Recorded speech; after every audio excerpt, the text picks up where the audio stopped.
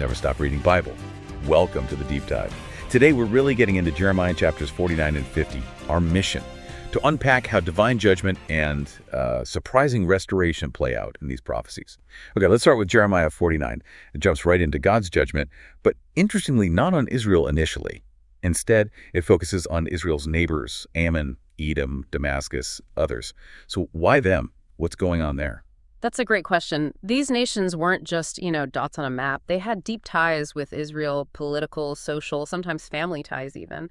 But their relationship often soured. And God's judgment, well, it wasn't always about direct attacks on Israel. Often it was about their attitude, their mockery when Israel suffered, or like Ammon grabbing land, or Edom's pride and gloating. So it's not just actions, but the heart behind them, the cruelty, the taking pleasure in someone else's downfall. Exactly.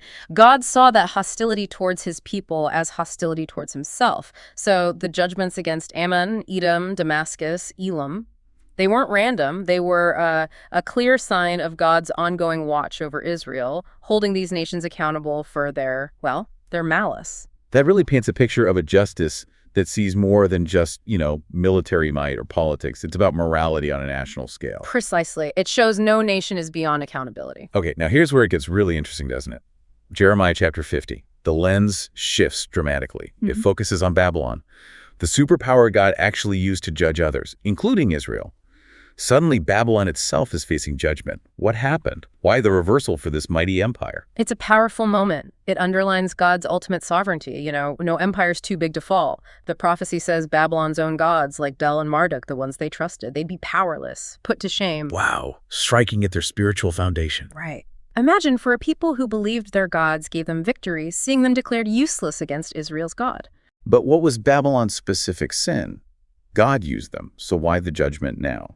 That's the key distinction. It wasn't just that they conquered Judah, it was how. Jeremiah 50 verse 11 talks about how they rejoiced, exulted, acted wantonly while plundering God's people. It was their excessive cruelty, their joyful lack of compassion when carrying out the exile. That was seen as a direct offense against God. I see. So even an instrument of God's judgment is held accountable for its own cruelty and arrogance. Exactly.